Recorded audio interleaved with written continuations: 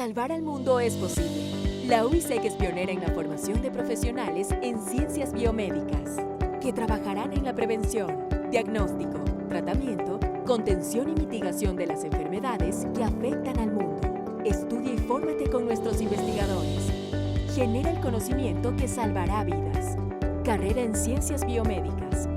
Universidad Internacional SEC. Matrículas abiertas. www.uisec.edu.es. Nos hemos visto trabajar sin descanso, comprometidos y solidarios por el bienestar de los demás. Hoy, somos conscientes de la importancia de su vocación y servicio.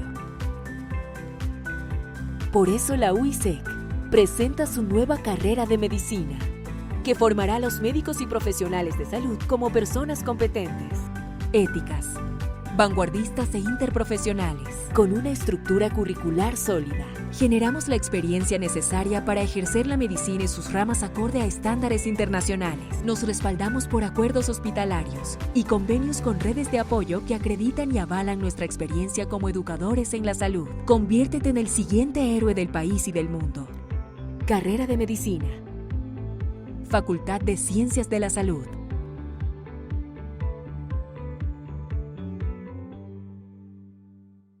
En la UISEC formamos a los profesionales que ayudarán a las personas a sonreír. La carrera de odontología UISEC prepara a odontólogos innovadores y emprendedores que van de la mano con los más altos estándares de calidad internacional. Nuestros estudiantes combinan la teoría y la práctica en modernas instalaciones con la guía de los mejores profesionales en el sector. Sé parte del grupo selecto de profesionales que lideran el cuidado de la salud dental de las personas. Universidad Internacional SEC. Personalización en serio. Tomo unos minutos antes de comenzar para agradecer a los organizadores, en particular a Andrés y a Jorge Quevedo Cuenca, a quien tuve el honor de conocer hace algunos años cuando se acercó a mi laboratorio mientras estaba realizando su maestría en Biología Molecular Médica, y tuvimos el gusto de recibirlo, y realizó su tesis en nuestro laboratorio en Buenos Aires. Como les decía Andrés, el tema que hoy me trae a esta charla es la biología molecular de las metástasis óseas, y voy a presentarles una recapitulación del estado del arte actual sobre esta temática. Pero si vamos a hablar de la biología del cáncer y en particular de las metástasis óseas, debemos recordar que hace más de 130 años Stephen Paget recopiló datos de más de 700 autopsias de pacientes que murieron de cáncer, y notó una discrepancia entre la probabilidad de metástasis entre los órganos perfundidos con sangre como el vaso o el hígado. Y afirmó: en el cáncer de mama, los huesos sufren de una manera especial, y que esto probablemente se debió a que la semilla, es decir, la célula cancerosa, encontró un suelo, es decir, un microambiente favorable en ciertos órganos, y por lo tanto la metástasis fue más frecuente en esos sitios. El hueso es el tercer sitio más común de enfermedad metastásica en pacientes con cáncer. Las metástasis óseas ocurren en todos los tipos de cáncer, pero son más frecuentes en pacientes con cánceres de mama, próstata o pulmón. Aquí les presento una tabla que recapitula la incidencia en porcentaje de metástasis óseas y la sobrevida a 5 años, ambos datos en porcentajes. Y como ven, para los diferentes tumores listados, los porcentajes de incidencia en metástasis óseas son diferentes y van desde un 3,2% en el cáncer gastrointestinal a un 24,5% en cáncer de próstata, mientras que la sobrevida va de un 1% en el cáncer de pulmón a un 13% en el cáncer de mama.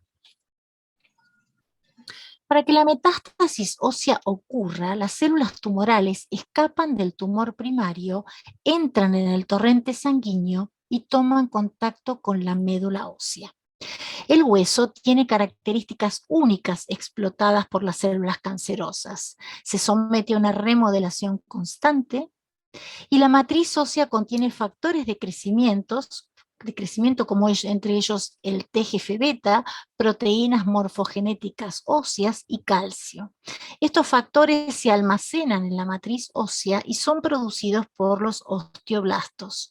Las células tumorales colonizadoras los aprovechan para su localización, para su supervivencia y crecimiento metastásico. Como agenda en la charla de hoy les voy a presentar aspectos generales sobre los osteoblastos y osteoclastos, la remodelación ósea, el escape del tumor primario y la preparación del nicho metastásico, la anidación o homing, la latencia o dormancy, la manifestación metastásica o outgrowth, y en esto voy a mencionar el ciclo vicioso osteoblástico y osteolítico, los tratamientos actuales, el presente y futuro en metástasis óseas y finalmente los biomarcadores. Comencemos hablando de los osteoblastos que producen y mineralizan la matriz ósea. Provienen de un progenitor de linaje mesenquimal, que como resultado de cambios profundos en la expresión génica van a dar un precursor osteoblástico que luego, nuevamente como resultado de cambios en la expresión génica, va a dar finalmente el osteoblasto maduro. Dentro de los genes responsables de la maduración de ese precursor, destacamos a RUNX2, que a su vez va a ser responsable de la expresión de numerosos genes, entre los que destaco a BALP, colágeno 1, osteocalcina y bonsa y aloprotein, pues son importantes en la funcionalidad de los osteoblastos. Asimismo, la producción de RUNX2 es resultado de muchos cambios en la expresión génica, pero particularmente aquellos que vinculan la vía de Wnt y beta-catenina. Los osteoblastos son los reguladores parácrinos de los osteoclastos, y en esto están involucrados factores de crecimiento, citoquinas y quemoquinas. ¿Cuál es el destino de los osteoblastos? Pueden ir a apoptosis, forman parte del revestimiento óseo o también se transforman en osteocitos, que son responsables de la reabsorción y deposición ósea. Y en esto participan esclerostina y RANKL, a los que me voy a referir más adelante. Ahora hablemos de los osteoclastos, que son células multinucleadas, gigantes y responsables de la reabsorción ósea. En este caso se originan de un precursor hematopoyético de linaje monocito-macrófago que también sufre una serie de cambios para dar lugar a ese precursor osteoclástico que luego va a dar el osteoclasto maduro. Y en esto participan muchos genes y entre ellos destaco a MITF y a PU1, y también a los factores MCCF o Macrophage Colony Stimulating Factor y a RANKL, del que voy a hablar más adelante. Estos precursores sufren numerosos cambios y finalmente se fusionan para dar los osteoclastos maduros. El ciclo de remodelación ósea involucra a ambos tipos celulares. Como vemos, estas células mesenquimales madre van a dar lugar a los preosteoblastos, que luego darán a los osteoblastos para conformar el revestimiento óseo. Y a su vez es importante destacar que en esa maduración o especialización hacia osteoblastos participan los factores de crecimiento y el calcio producidos por los osteoclastos. A su vez, los osteoblastos producen estos factores y particularmente RANKL se va a unir al receptor RANK que está en el precursor osteoclástico para dar lugar a la diferenciación o activación de ese osteoclasto a esa forma madura. Y este, a su vez, produce colagenasa y proteasas que van a ser los responsables de la resorción osteoclástica del hueso. Todo este ciclo armónico y en homeostasis permite ese reciclado del hueso, que va a ser lo que utilizarán las células tumorales para la metástasis. En este debemos destacar la presencia de la osteoprotegerina, que actúa como factor decoy para evitar la degradación constante del hueso.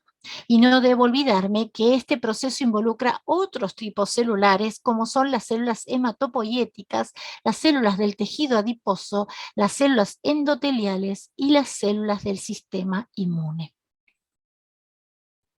¿Qué ocurre en la metástasis?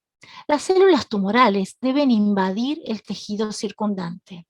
Luego debe haber intravasación de los sistemas circulatorio y linfático con ingreso al torrente sanguíneo, evasión del sistema inmunológico, traslado a través de los capilares en el hueso, extravasación hacia la médula ósea y finalmente establecimiento de la metástasis.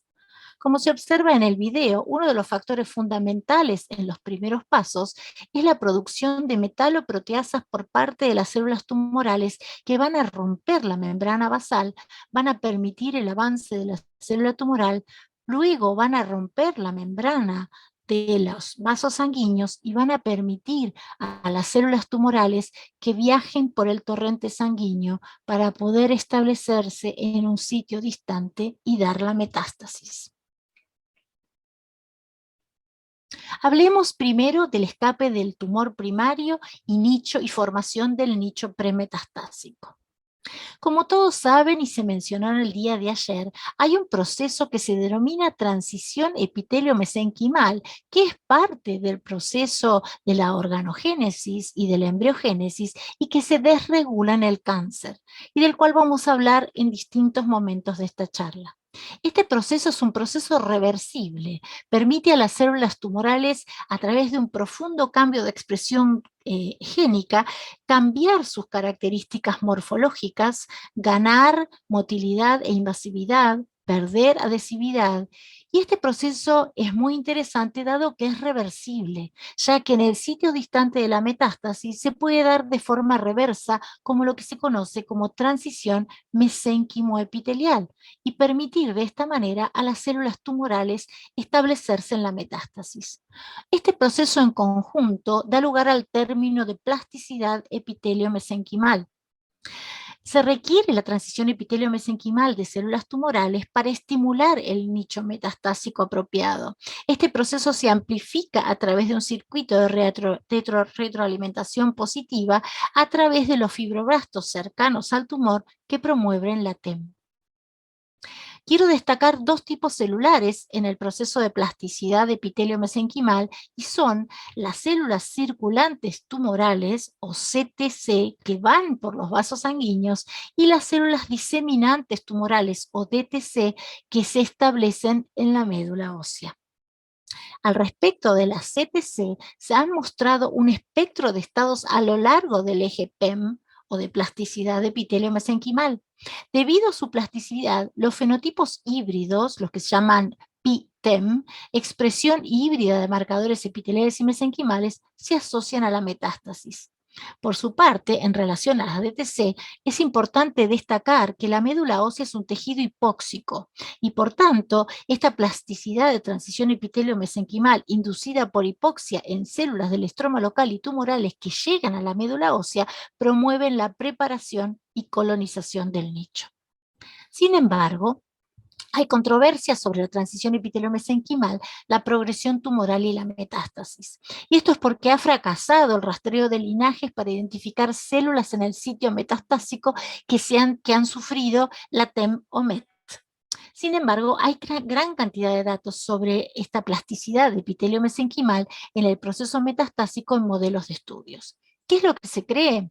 Se cree que hay limitaciones en las técnicas para detectar células híbridas TEM relevantes implicadas en el potencial metastásico. Y por otra parte, la literatura es vasta y hay diferentes interpretaciones del concepto de transición epitelio-mesenquimal en varios contextos.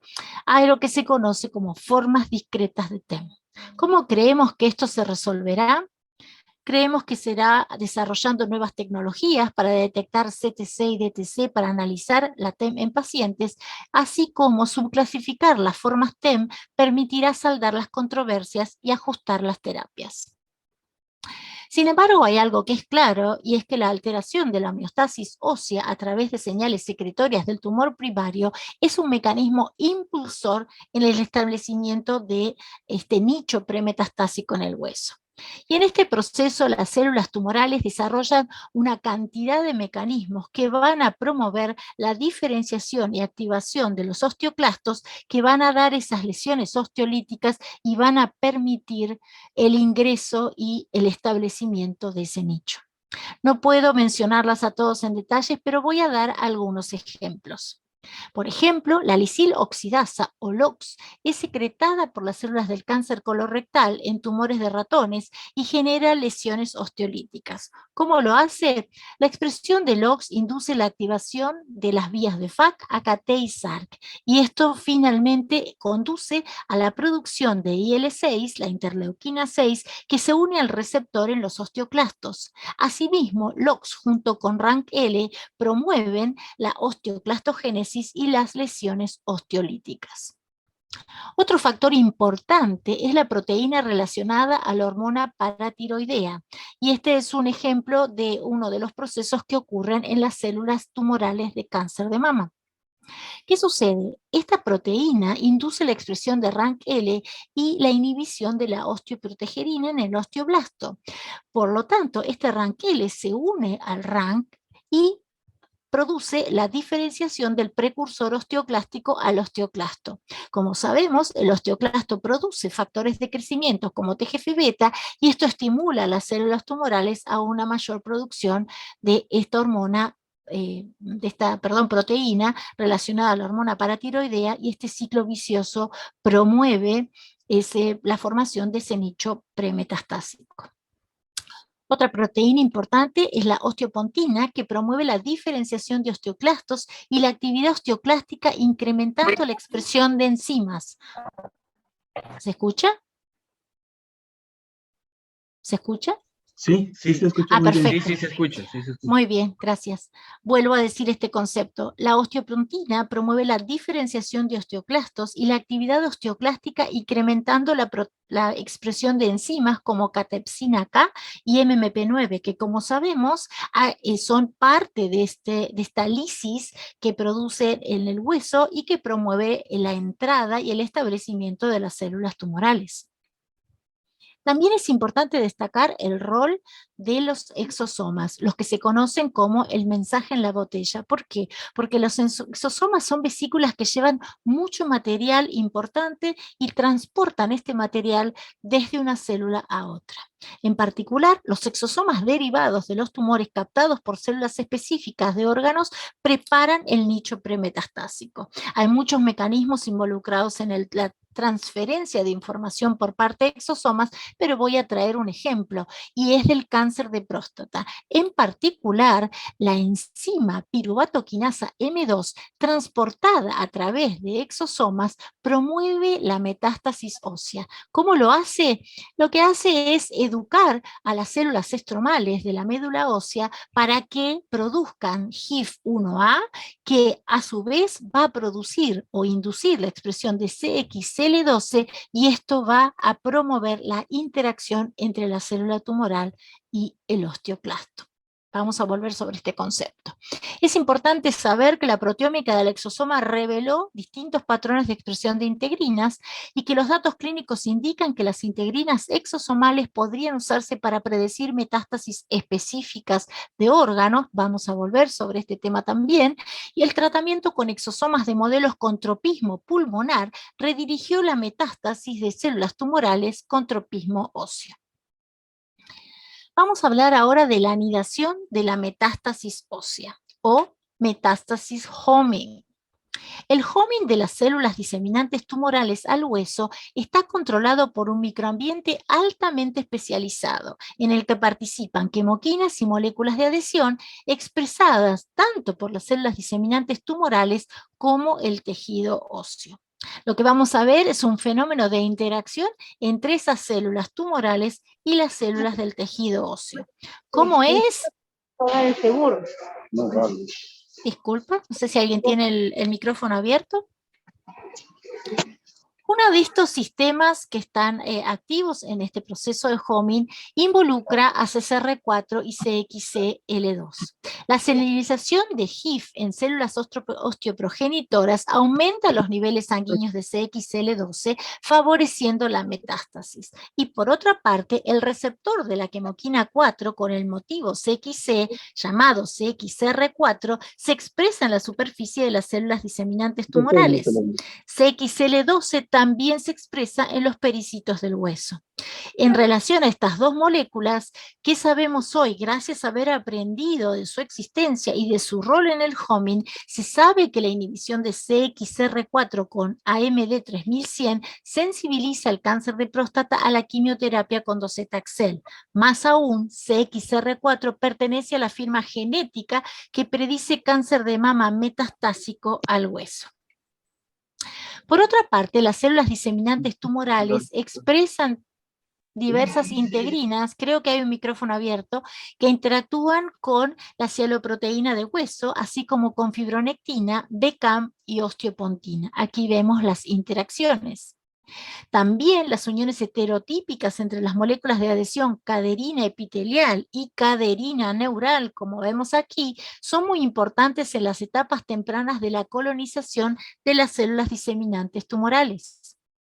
También las células que expresan RANK son atraídas por áreas osteolíticas en las que se producen altos niveles de ligando, favoreciendo la colonización de células cancerosas.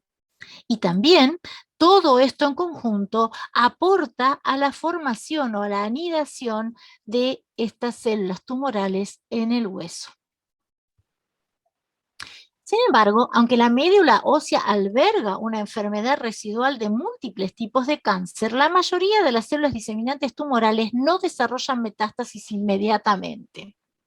Esto se sabe mucho en el campo de la clínica. Las células diseminantes tumorales tienen capacidad de mantenerse en números bajos en la médula ósea después de la resección del tumor primario. Y la enfermedad puede resistir al tratamiento y reaparecer después de largos periodos asintomáticos, que pueden llegar hasta décadas. Y esto hace pensar y a desarrollar el concepto de latencia de la metástasis latency o dormancy. Las células diseminantes tumorales no proliferantes han sido detectadas en la circulación, así como en el hueso después de la autopsia, en aproximadamente 70% de pacientes con cáncer de mama o cáncer de próstata. Estas células diseminantes tumorales también se detectan en el cáncer colorectal y cáncer gástrico, lo que sugiere que quizás estas células rara vez escapen la latencia, dado que la metástasis en estos cánceres son bajas. El estado de latencia se caracteriza por una detención del crecimiento tumoral. Las células diseminantes tumorales se adaptan al microambiente óseo, evitando así la progresión de la enfermedad. En esto participan muchos mecanismos de los cuales no me voy a poder referir en detalle, los voy a mencionar brevemente. Son mecanismos inmunológicos, celulares, autónomos y angiogénicos. Un mecanismo fundamental para controlar la latencia es a través de las células natural killer y las células T citotóxicas. ¿Por qué se sabe esto? Porque en aspirados de médula ósea de pacientes con cáncer de mama con presencia de células diseminantes tumorales, hay proporciones mayores de estos macrófagos de CD8 positivo, CD4 positivo y de células natural killer que en pacientes que son de TC negativos o en donantes sanos. Por otra parte, se sabe que el agotamiento o la inhibición farmacológica de estas células promueve la metástasis en ratones.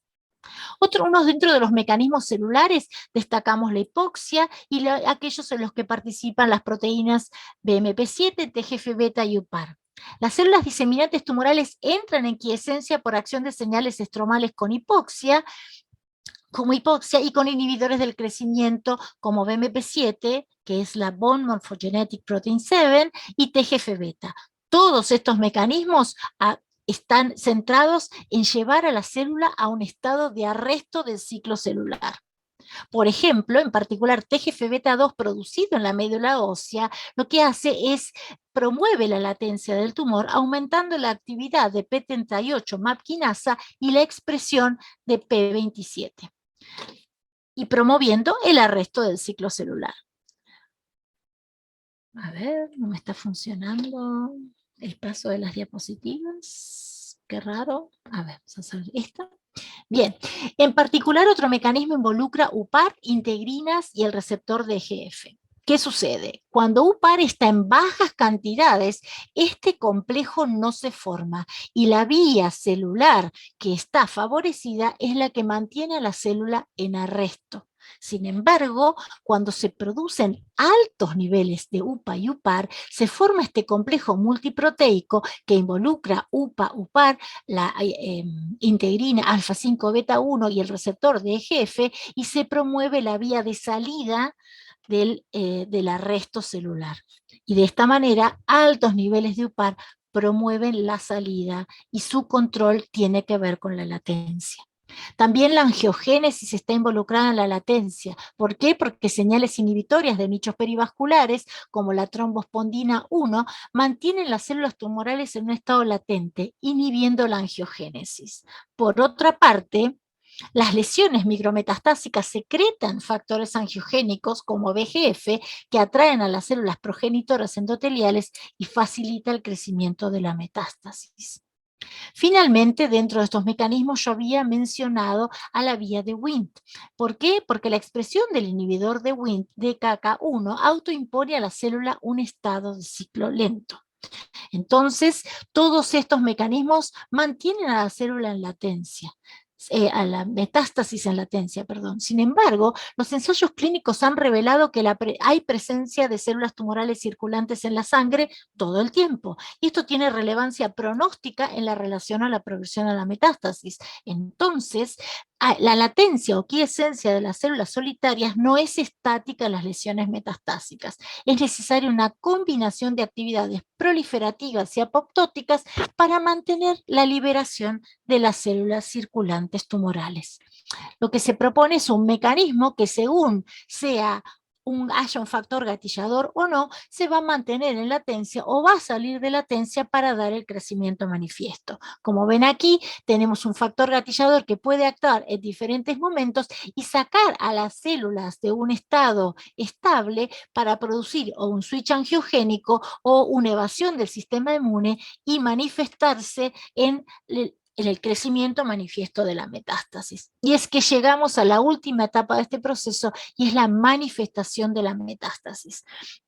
La reactivación de células latentes es un proceso que combina mecanismos intrínsecos de la célula que favorecen la capacidad de iniciación de la metástasis con procesos extrínsecos para producir la colonización metastásica manifiesta. La alteración de la homeostasis ósea es uno de los interruptores primarios que hacen que las células tumorales salgan de un estado inactivo latente. El crecimiento de las lesiones metastásicas implican actividades aberrantes de remodelación ósea, y de esto es lo que vamos a hablar en esta etapa de la metástasis tumoral. En la colonización metastásica ósea manifiesta, las células cancerosas modifican el microambiente óseo para activar a los osteoclastos y suprimir la formación de hueso. Esto se logra mediante un crosstalk parácrino entre las células tumorales, los osteoblastos, los osteoclastos y la matriz ósea. ¿Cómo ocurre? Hay dos grandes tipos de metástasis manifiestas, las que se llaman osteoclásticas y las que se llaman osteoblásticas. El cáncer de mama, el cáncer de pulmón y el cáncer colorectal se estimula la degradación ósea, es lo que se conoce como metástasis osteoclástica o osteolística. Si bien el cáncer de mama se considera que es mixta. ¿Qué sucede? Las células tumorales promueven la producción de RANK-L, que se une a RANK y activa los osteoclastos que degradan el hueso. Por otra parte, en el cáncer de próstata, la metástasis es formadora de hueso. Es por eso que se llama metástasis osteoblástica, pero también aumenta el riesgo de fracturas, ya que el nuevo hueso depositado tiene una estructura más débil que el hueso normal. Veámoslo con esquemas. Así vemos que en el caso de la célula tumoral de mama, pulmón o cáncer colorectal, se producen estos factores. Hay VEGF, se produce angiogénesis, hay mucha producción de vasos, también se produce esta proteína relacionada a la hormona paratiroidea, estimula la producción de RANK-L, como lo habíamos visto, la inhibición de osteoprotegerina, se producen otros factores. Todo esto promueve que entonces los osteoblastos estimulen de alguna manera que los osteoclastos produzcan catepsina K y MMPs, digamos las metaloproteasas, que a su vez estos osteoclastos dan estos factores de crecimiento y promueven más proliferación de las células tumorales. Por otra parte, aquí introduzco el concepto de dos drogas que vamos a desarrollar brevemente en los próximos minutos, que se utilizan en el tratamiento de la metástasis, que son denosumab y los bifosfonatos. En el caso de la célula tumoral de próstata también hay formación de VEGF, está la formación o la producción de factores de crecimiento y estas proteínas BMPs, y esto que hace, induce la producción de osteoblastos, que van a ser hueso, pero a su vez estos osteoblastos producen ranqueles que finalmente van a hacer que los osteoclastos se activen y degraden ese hueso. Nuevamente aparecen denosumab y bifosfonatos. Permítanme hablarles un poco de estas drogas. El desarrollo de las drogas para el tratamiento de la metástasis ósea ya lleva como 40 años, comienza con los primeros productos licenciados en los años 80. ¿Cuáles son estos productos? Son los bifosfonatos. Los bifosfonatos son análogos sintéticos de los pirofosfatos, presentan una alta potencia antirresortiva en el ciclo del remodelado óseo, tienen una estructura química común en la que un átomo de carbono, como vemos aquí, está unido a dos grupos fosfatos, cuya carga negativa explica la afinidad por el tejido óseo. La potencia de acción proviene de las cadenas laterales unidas al núcleo común. La presencia de grupos compuestos nitrogenados en dichas cadenas laterales confiere una mayor actividad y es lo que origina esa segunda generación de bifosfonatos. Y finalmente hay una tercera generación de bifosfonatos en los que las cadenas laterales, vamos a ver que son nitrogenadas, son más complejas. ¿Cómo actúan? Los bifosfonatos se unen a los sitios de unión de hidroxiapatita de la superficie ósea, especialmente en lugares que experimentan reabsorción activa. Los osteoclastos internalizan el bifosfonato durante la reabsorción, inhibiendo la función osteolítica de los osteoclastos. Los bifosfonatos de primera generación interrumpen el metabolismo celular y llevan a la célula a apoptosis. ¿Qué sucede con los bifosfonatos de segunda generación? El nitrógeno que yo les mencioné que contiene los bifosfonatos de segunda generación los hacen más potentes en la unión de hidroxiapatita. Además, inhiben la enzima farnesil-difosfato sintetasa, clave en las vías metabólicas implicadas en la morfología y función de los osteoclastos. Finalmente, los bifosfonatos de tercera generación, como el ácido zoledrónico, tienen un grupo nitrogenado contenido en una cadena lateral R2, que conduce a una inhibición más potente de la enzima y por ello son más efectivos. Pero como yo les decía, el conocimiento de las bases moleculares de la metástasis ósea ha permitido avanzar también en el desarrollo de tratamientos. Yo les mencioné que el RANKL era una molécula muy importante en este proceso, porque sabemos que es un factor regulador clave en la remodelación ósea y media en la formación, función y supervivencia de los osteoclastos. Es por ello que fue elegido como target o blanco terapéutico en el tratamiento de la metástasis ósea, y se desarrolló a partir de esto denosumab, que es un anticuerpo IgG2 monoclonal humano que se une con alta afinidad a la forma de RANKL soluble, disminuyendo la formación y actividad de los osteoclastos. ¿Cómo funciona? Ustedes ya saben muy bien cómo funcionaría. Nosotros sabemos que los osteoblastos van a producir ranqueles y ranqueles se va a unir a RANK y va a producir la diferenciación de los osteoclastos que van a llevar a la resorción. Denosumab, como anticuerpo, va a capturar ese RANKL, impedir que se una a RANK y que se produzca este proceso. Por lo tanto, evita la resorción osteoclástica del hueso. Sin embargo, todo no está dicho en esta temática, dado que no se conoce el momento óptimo para comenzar con los bifosfonatos o denosumab o su combinación en pacientes con metástasis óseas, basado en el riesgo de eventos relacionados al esqueleto, que es un problema que se encuentra a nivel clínico en las metástasis óseas. También todavía hay mucho por trabajar al respecto de la duración óptima de la terapia de bifosfonatos y denosumab o su combinación, basada en la relación riesgo-beneficio. La frecuencia de dosis óptima aún no se conoce. El uso de bifosfonatos y denosumab en pacientes con otros tumores sólidos que no sean cáncer de mama o próstata, como pulmón, colon, renal o melanoma. El papel potencial de los bifosfonatos en la prevención de la pérdida ósea inducida por la terapia del cáncer y la acción sinérgica de potencial de denosumab con otros agentes. Y esto no es todo, ya que dentro de los aspectos pendientes está la exploración de enfoques terapéuticos novedosos, uso de nanopartículas, uso de agentes formadores de hueso. investigación en tecnología y nuevos modelos, como hueso sintético, cultivos, modelos matemáticos, etc. Y finalmente la identificación de biomarcadores de metástasis ósea, y me voy a referir a esto brevemente. Gran parte de la investigación en metástasis ósea se ha centrado en la fisiopatología y tratamiento. Y hay una carencia en la identificación de potenciales biomarcadores predictores de riesgo de desarrollo de metástasis ósea. Imagínense lo importante que va a ser contar con biomarcadores de predictores de riesgo de desarrollo de metástasis ósea. La capacidad de seleccionar pacientes de alto riesgo podría permitir la identificación temprana y más probabilidades para beneficiarse de las intervenciones para prevenir o retrasar la metástasis ósea. Muchos están en el desarrollo de tecnologías para identificar biomarcadores. Algunos se centran en el tumor primario y otros en las células circulantes, las células diseminantes, el ADN libre, los microRNAs y los exosomas. Brevemente, dentro de las moléculas que se han detectado ya en tumores y que se proponen como biomarcadores, siendo detectados en el tumor primario, destaco o menciono una porque son muchas, a CAPG y HIP-C1. ¿Por qué? Porque la expresión de estas proteínas en tumores primarios de cáncer de mama de pacientes inscritos en un ensayo muy importante como es el fase 3 AZURE, predijo la supervivencia libre de enfermedad esquelética y supervivencia global.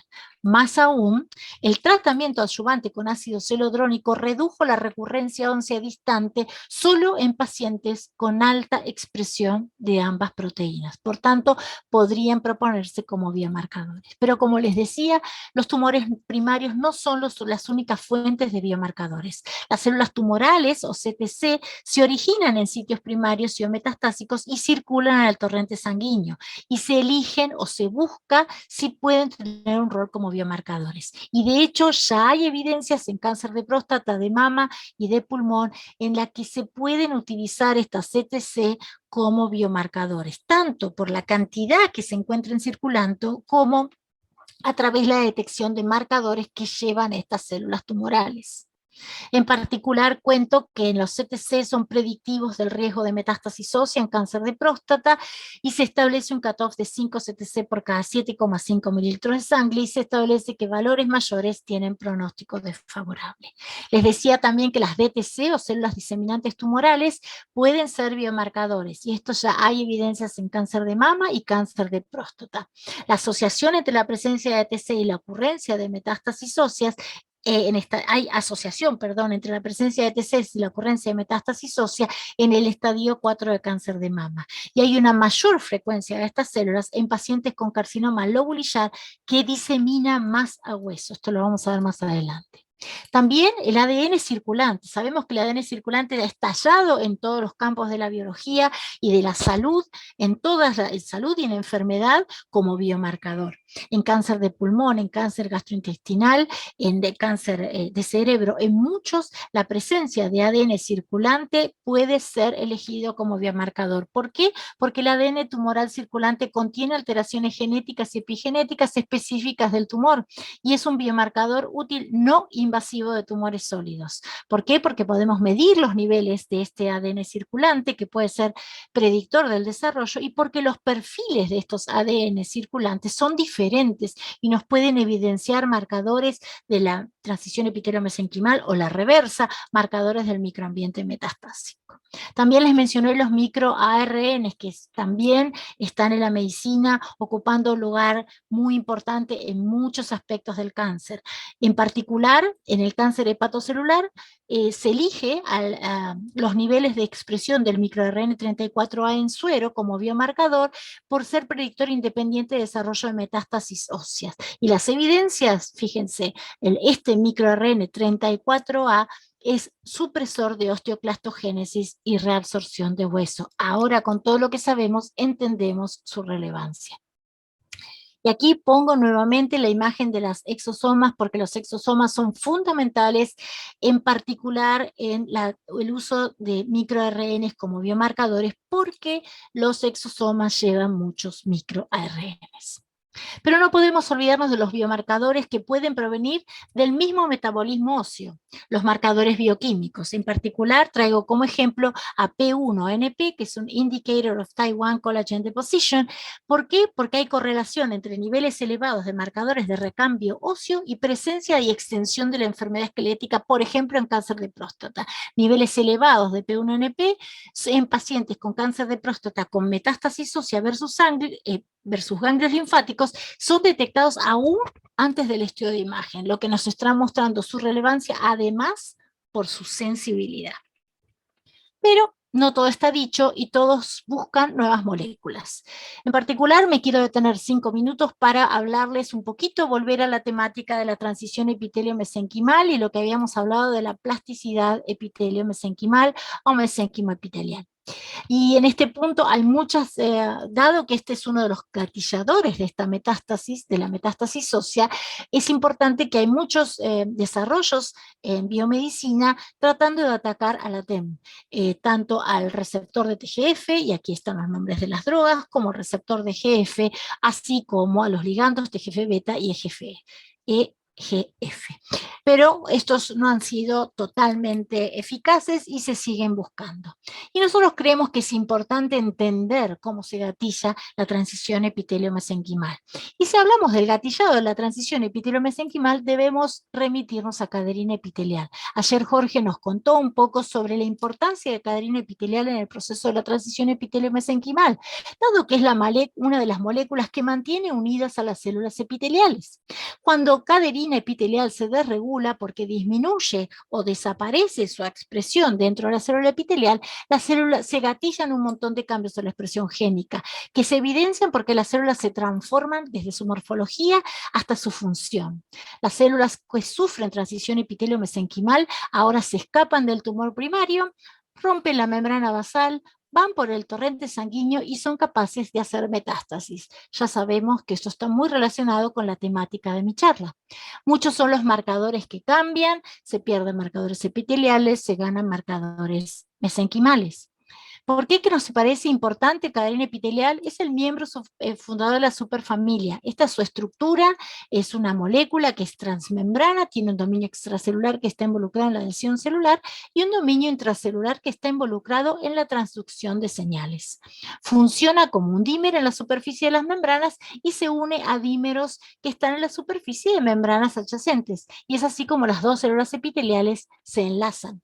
Este enlazado se establece y fortalece por la interacción con el citoesqueleto de actina e involucra proteínas que las unen, o proteínas adaptadoras que se llaman, entre las que se destacan beta-catenina. El gen de caderina epitelial está en el cromosoma 16 y codifica para un gen de copia única que se llama CDH1, que da un transcripto funcional único. Esto significa que de ese gen solo va a dar una proteína por un transcripto funcional, que es la proteína que yo les mencioné que mantiene a las células unidas. Y la regulación, esa regulación que lleva a la pérdida de caderina se ha estudiado desde muchos aspectos y se ha visto que esa desregulación puede ser resultado de pérdida de heterocigosidad, mutaciones, modificaciones epigenéticas, regulación transcripcional negativa a través de represores, aún hasta procesamiento posttraduccional. Pero hemos detectado que estos no son los únicos mecanismos.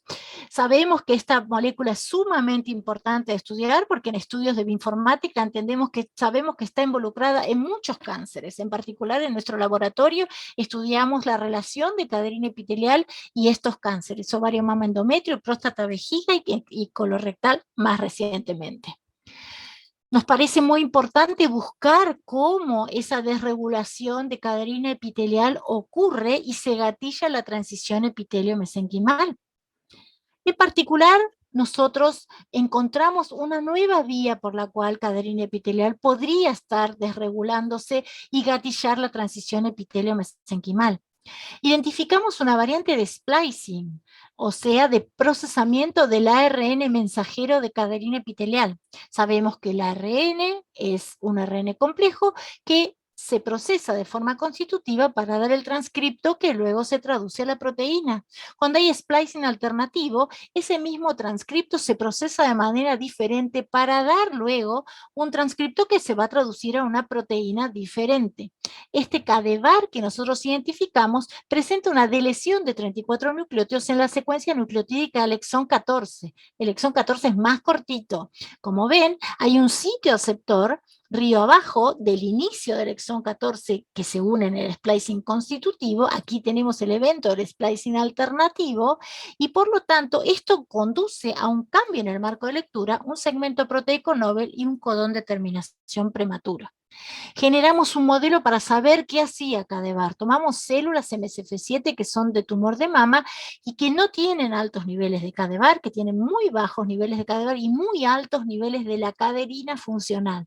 Y lo que vimos es que cuando sobreexpresamos CADEVAR, las células ya no eran más epiteliales, parecían fibroblastos. No solo eso, sino que perdieron marcadores de diferenciación, hicieron un fenotipo absolutamente TEM, ganaron marcadores de agresividad, marcadores de células madre y funcionalmente perdieron adhesión, ganando motilidad, migración e invasión, desarrollaron actividad angiogénica, cambiaron su metabolismo, metabolismo glicolítico, producen un montón de factores de quimoquinas y desarrollan tumores cuando son inyectados en tumores en ratones inmunodeprimidos. Miramos la secuencia en detalle y vimos que da una proteína soluble. Y lo verificamos porque transfectamos y buscamos en el medio condicionado y en 2 modelos celulares encontramos esta proteína producto del splicing alternativo. ¿Y qué vimos? Que cuando desafiamos células MSF7, no transfectantes, sino células MSF7, agregándoles en el medio de cultivo esta molécula, las células se transforman como las transfectantes. ¿Y qué es lo que proponemos? Que lo que nosotros logramos con un medio condicionado, en realidad en el tumor podría ocurrir como resultado de una mutación, que en pocas células conduciría a una generación de una variante que podría ser secretada y transmitir ese mensaje de transformación celular a las células que están cerca y dar una promoción de un fenotipo mucho más agresivo prometastásico en dichas células. Para eso tendríamos que encontrar evidencias y entonces nos detuvimos en la secuencia alrededor del sitio de splicing para ver si en los tumores hay mutaciones alrededor del sitio de splicing que podrían justificar esto. Y efectivamente lo hicimos, ¿por qué? Porque en particular en la metástasis ósea lo que encontramos es que hay muchos tumores de mama, tanto lobulillar como ductal, que tienden a hacer metástasis en el hueso, principalmente los tumores lobulillares y también los tumores triple negativos que son de los más agresivos, en parte dan metástasis ósea. ¿Qué hicimos? Consultamos a la base de datos COSMIC, que es una base que evalúa o que compila las mutaciones somáticas relacionadas al cáncer, y vimos que en el cáncer de mama lobulillar hay mutaciones en caderina epitelial, en particular en el cáncer lobulillar las mutaciones en el caderina epitelial representan un alto porcentaje de las mutaciones somáticas, y lo que vimos es que dentro de las mutaciones hay mutaciones alrededor del sitio de splicing que podría justificar la producción de esa CADEVAR. No solo lo vimos en el cáncer de mama lobulillar, sino también se detectaron mutaciones en caderina epitelial en el cáncer de mama ductal y nuevamente vimos que algunas de estas mutaciones corresponden al sitio de splicing. Y también lo vimos en el cáncer de mama triple negativo. En particular, nos llamó la atención que en muchos de estos tumores los resultados de la presencia de estas mutaciones correspondía a las metástasis. O sea, el tejido metastásico era el portador de la metástasis alrededor del sitio de splicing de caderina epitelial. Y esto lo vimos en tumores lobulillares, y lo vimos en tumores ductales, y lo vimos en tumores receptor y progesterona positivo, y también lo vimos en tumores triple negativo. Y por cuestiones de tiempo no los voy a aburrir más y no les voy a contar, pero sí vimos de estas mutaciones alrededor del sitio de splicing en otros tumores, como por ejemplo en cáncer de próstata. Este fenómeno del estudio de la relación entre el splicing alternativo y la metástasis ósea es un tema bastante candente en este momento, y hay varios trabajos en los que se muestra el estudio de identificación de firmas moleculares, por ejemplo, de metástasis ósea con splicing alternativo en cáncer de vejiga, en mesotelioma y en cáncer de mama. Bueno, llegamos al final de la charla, hemos recapitulado algunos de los aspectos moleculares que hacen al desarrollo de la metástasis ósea y brevemente mencionamos algunos aspectos respecto de las drogas que actualmente se utilizan en el tratamiento y los dilemas futuros. Para terminar, quiero mencionar que el campo de la investigación en metástasis óseas ha proporcionado algunas soluciones terapéuticas prácticas y parafraseando al doctor Payet, aunque el mejor trabajo de patología de cáncer se realiza o la realizan aquellos que estudian las células tumorales, no debemos olvidarnos que deben ser observadas las propiedades del suelo o de las células del hueso para poder entender cómo se produce la metástasis ósea. Quiero agradecer a todas las personas que a lo largo de los años me han acompañado y que me acompañan, en particular los que están en el panel azul, a la licenciada Aña Manjón, al doctor Gustavo Verón, a la química farmacéutica Sandra Méndez Brito, que es oriunda de Ecuador y que nos está acompañando, espero hoy, y que está terminando su tesis de maestría en biología molecular médica, la estudiante Débora Catalano, Camila Mariatti, Mariana Pinillo, Micaela Lleida, el doctor Patricio Pumará, a todos los que me acompañaron, y en particular destaco a Jorge, que aquí está listado, que completó hace un tiempo su tesis en maestría con nosotros y que fue un enorme placer haberlo conocido y haberlo tenido en el laboratorio, y espero que podamos seguir haciendo muchas cosas más a lo largo de los años. Finalizo agradeciendo a los organizadores del Congreso por el enorme esfuerzo al que han tomado y que tan exitosamente han logrado este Congreso, y especialmente por haberme invitado a participar del mismo, y finalmente agradecer a todos ustedes por su atención. Muchas gracias.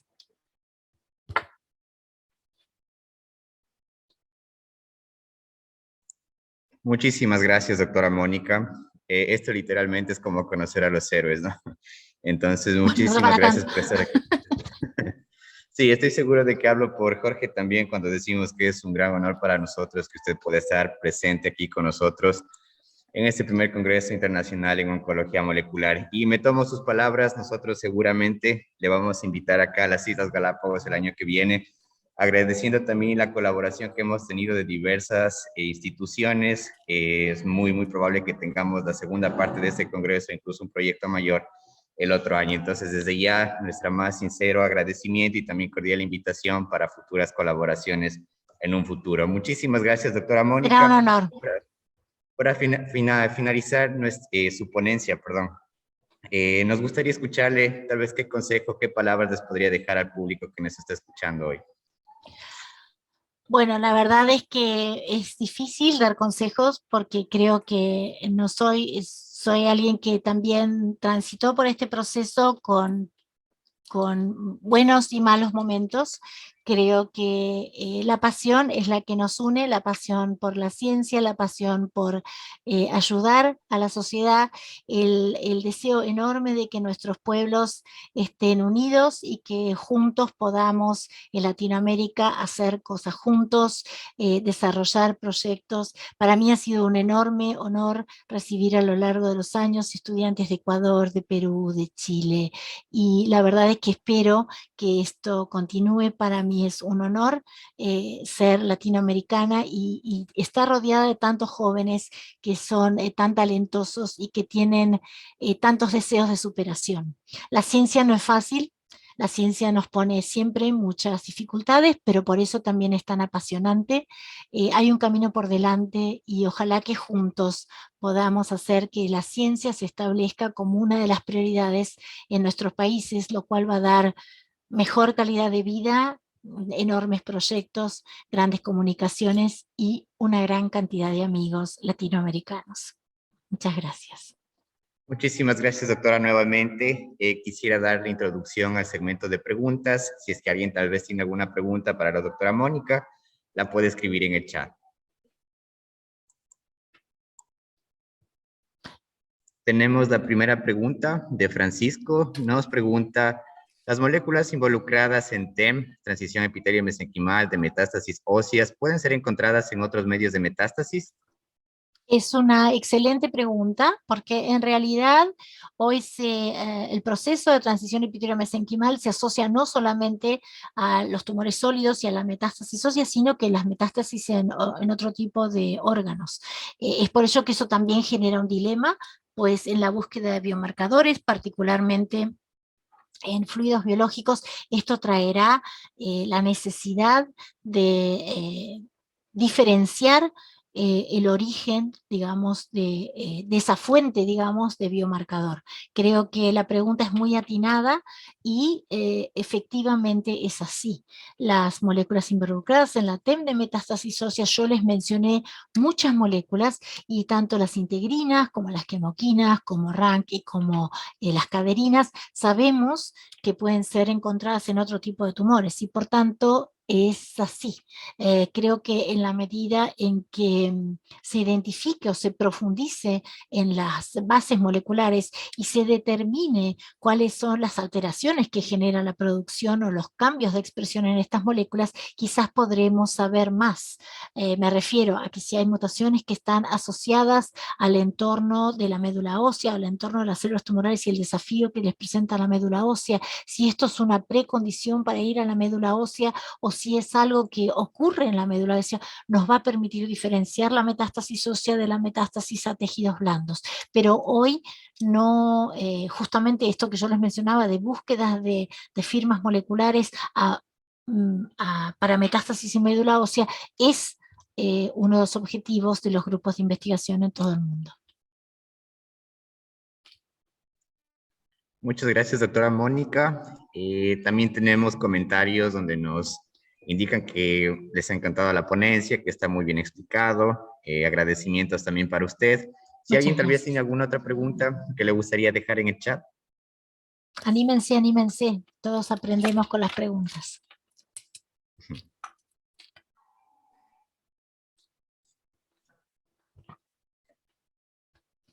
Tenemos otra pregunta de Samantha. ¿Para usted es importante combinar resultados de diferentes biomarcadores para un diagnóstico de metástasis? Bien, también esa pregunta es muy interesante. Creo que nosotros, particularmente por el área de investigación en la que estamos, nos referimos a biomarcadores moleculares, ¿verdad? Y dentro de los biomarcadores moleculares es muy importante que si bien en las etapas iniciales del estudio del cáncer y la búsqueda de biomarcadores se buscaban biomarcadores únicos, hoy se sabe que el cáncer es una enfermedad sumamente compleja, y en el caso de la metástasis ocurre lo mismo, y por tanto la identificación de conjuntos de biomarcadores o firmas moleculares permiten pensar en un escenario de una mayor especificidad, una mayor seguridad, una mayor capacidad de detección, y por tanto estimo que en la búsqueda, por eso como yo les decía, la búsqueda de firmas es el camino adecuado.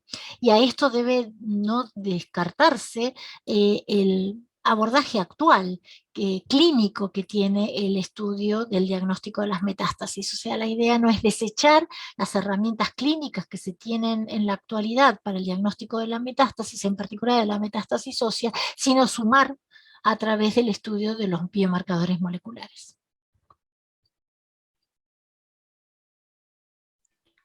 Muchas gracias, doctora Mónica. ¿Alguien tal vez tiene alguna otra pregunta? Tenemos Francisco. Tal vez utilizan biomarcadores de metástasis provenientes de toxinas de serpientes o escorpiones, y si es así, ¿cuál es el más usado? La verdad es que no lo sé. No sé no recuerdo así de las cosas que he leído en estudios recientes pero es muy probable, si Francisco lo está proponiendo, es muy probable que haya. Yo la verdad es que lo puedo buscar y les puedo contestar por mail a Andrés, y Andrés hacerle llegar a Francisco la respuesta de la información que obtenga sobre eso, pero no sabría contestarte. No sé, Francisco, si vos sabés, quizás me traes alguna molécula a la cabeza que yo no lo tengo tan asociada como toxina de serpiente o escorpión, porque desgraciadamente yo soy química y a veces un poco se me escapa, no integro la molécula a la fuente biológica. ¿Querés Francisco, si tú comentarme? deseas, perdón, doctora, Francisco, si tú deseas, puedes activar tu micrófono para que nos puedas comentar un poco más.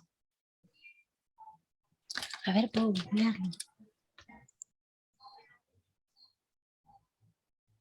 Me parece que Francisco Tenemos a Francisco.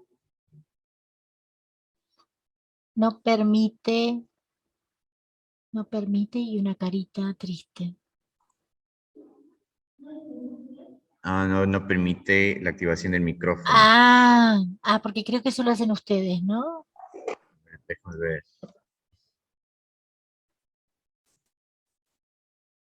Ya. Listo, y tal vez le puedes activar.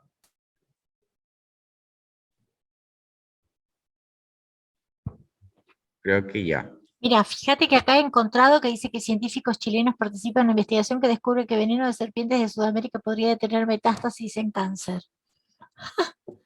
Interesante, pero es algo que no es joven, lleva unos tiempos. Puedo, claro, habla de desintegrinas de veneno de serpientes. Bueno, si hablamos de desintegrinas, sí, porque como ustedes vieron, hablamos de las integrinas como parte de esas moléculas que van a asistir a la célula tumoral a enlazarse a la célula del hueso, y de esta manera hacer ese nicho premetastásico. O sea, que si encontramos algo que perturbe esa interacción, y las desintegrinas pueden tener ese rol, estamos realmente entendiendo por qué este puede ser una fuente de ataque, digamos, a la metástasis. Sí.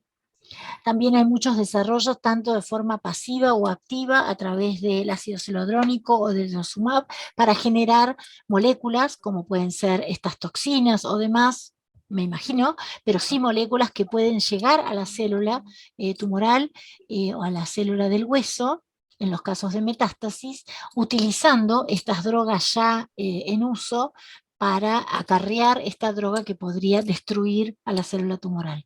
Esto está dentro de los desarrollos actuales. Acá me pone, sí, algo de eso mismo había leído. Muy bien, voy a investigarlo un poco más. Ahora sí se escucha. Sí. Ya, perdón. También había leído de otros que decían que en algunos estudios en Brasil había encontrado una toxina que inhibía más eficientemente los canales de SK3 y también de los canales de SK2, disminuía la actividad sobre estos canales. Entonces, pero no tenía tanto conocimiento antes, pero ahora con esto como que ya se me hace un poco más claro. Entonces yo por eso no sabía si es que tal vez existen algunos que eran capaces de ver ¿cómo se llama? La eficiencia de eso para los canales de SK2 y SK3.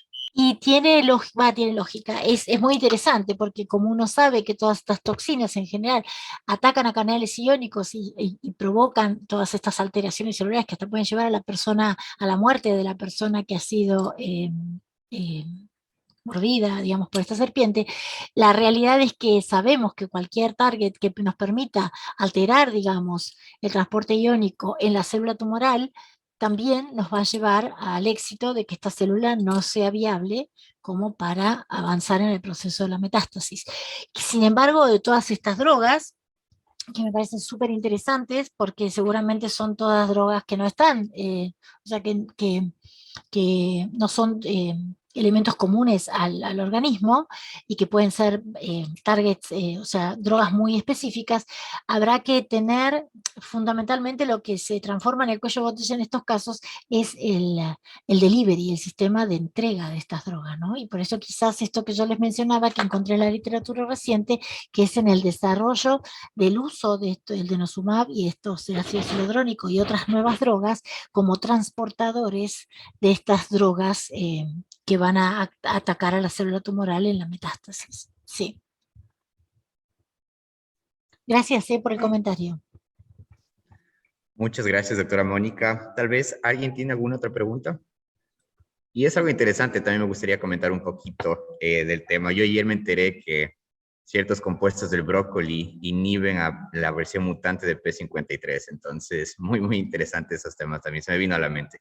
Bueno, Tenemos también otra creo pregunta. que teniendo, perdón, no que te interrumpa, creo que nuestros países cuentan con culturas originarias que son propias y que han seguramente con productos naturales han abordado numerosas enfermedades, y yo creo que hoy los países del norte están aprendiendo mucho de nuestras culturas originarias. Entonces creo que eso también, cuando tú mencionabas la posibilidad de desarrollar ciencia en nuestros países, quizás también siempre la hacemos mirando a cómo la hacen en los otros países, ¿no? En el norte, y qué drogas usan y qué desarrollos usan.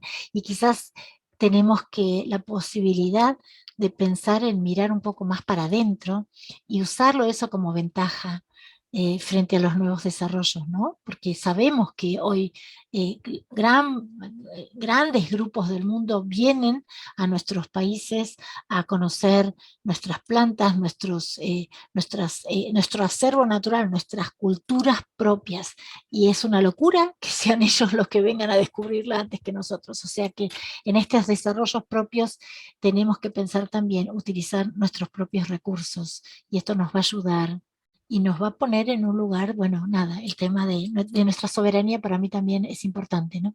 El tema de nuestras propias cosas. Aquí me preguntan qué piensa con respecto a la teoría estocástica del cáncer y la teoría de las células madre del cáncer.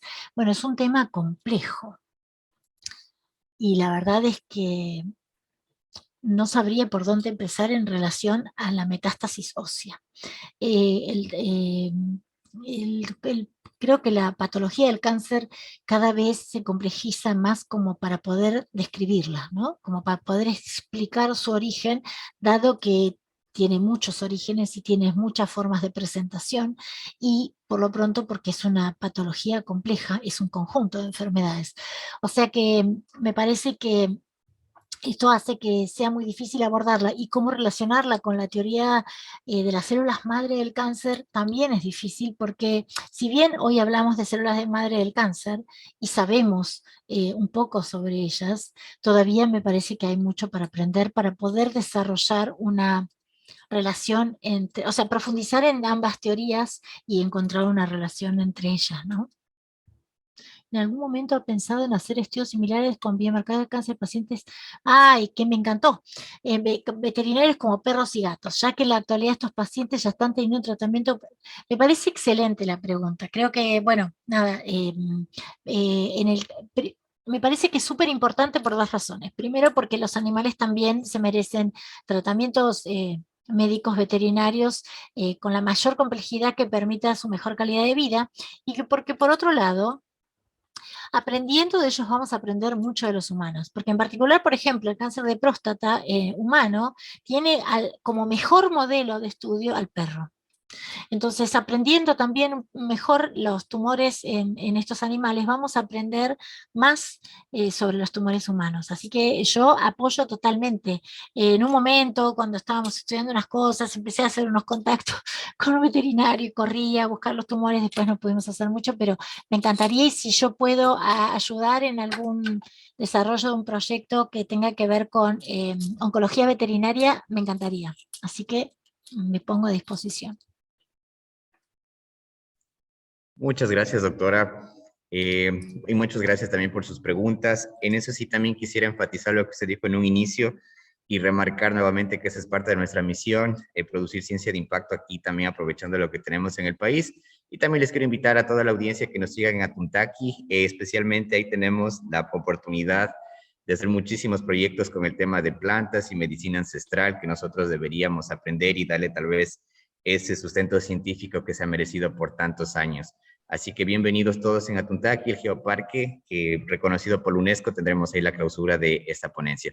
Para finalizar, doctora, una última pregunta, y ya para también terminar con esta primera ronda de sesiones, tenemos la pregunta de Carla. exactamente lo que comenta doctora Mónica. Nuestros países tienen variedad de plantas y animales que combaten varias enfermedades. Recientemente se publicó un artículo de las hojas de guanábana que combaten la leucemia. ¿Usted tal vez ha escuchado algo al respecto, doctora? No, yo la verdad de leucemia sé nada. Y respeto mucho, es una patología que es de altísimo impacto, que tiene una gran incidencia, que se da a muchas edades, digamos, en muchos casos se da en niños también. La verdad es que encontrar productos naturales que se puedan utilizar para el tratamiento también va a impactar, a ver, en los desarrollos nacionales, va a impactar y va a impactar en la salud de las personas, porque todos sabemos que las drogas, digamos, que se administran, que son de origen químico, nunca son inocuas, nunca son específicas. Todos sabemos que pueden tener muchos efectos secundarios, muchos efectos colaterales por la droga en sí misma, así como por los excipientes y por todo el proceso de síntesis, que nunca remueve totalmente los químicos que se utilizan para el proceso de purificación. Entonces, el encontrar productos naturales me parece que es de altísima relevancia, porque hoy sabemos que muchos de los cánceres que se dan en la niñez, en la adultez, en adultos jóvenes y aún en adultos mayores, las personas se recuperan de estos cánceres, pero si como consecuencia de la recuperación del cáncer tienen enfermedades secundarias asociadas a los tratamientos, estamos, digamos, cambiando una enfermedad por otra. O sea que celebro el artículo sobre las hojas de guambana. Guambana es que combate la leucemia, y ojalá que haya muchos desarrollos regionales sobre productos naturales. Hoy sabemos que antes teníamos, bueno, los conocimientos, lo que decíamos, ¿no? Los conocimientos ancestrales. Hoy, acompañado de los conocimientos ancestrales, tenemos la tecnología de la espectrometría de masas, de la metabolómica. Tenemos muchas maneras de abordar el estudio para conocer la composición de los productos naturales y extraer o conocer los principios activos que van a ser los que van a explicar que podemos utilizarlos en desarrollo de modelos y finalmente volver al producto natural. Así que ojalá que esto ocurra. Ustedes son jóvenes, talentosos, y ojalá que la ciencia de las próximas décadas los tenga ahí en la frontera con estos productos naturales. Muchísimas gracias, doctora. Es guanábana y no se preocupe, cuando venga le hacemos probar. Guanábana. Yo no, como no conozco, estaba escrito al revés, guanábana. Muy bien. Sí, es muy rico. Me anoto, Sí, sí. me anoto, para ir me anoto, porque yo digo también como el doctor que ayer habló, a quien respeto muchísimo, realmente conocer Ecuador es un sueño. Ya Jorge lo sabe, lo hablamos muchas veces cuando él estaba en Argentina, así que ojalá que se pueda organizar algún otro evento, que podamos participar, que podamos transmitir nuestra experiencia, que podamos ofrecerles, no sé, el conocimiento, digamos, tanto teórico como práctico, y que el gobierno siga apoyando estas iniciativas de jóvenes científicos.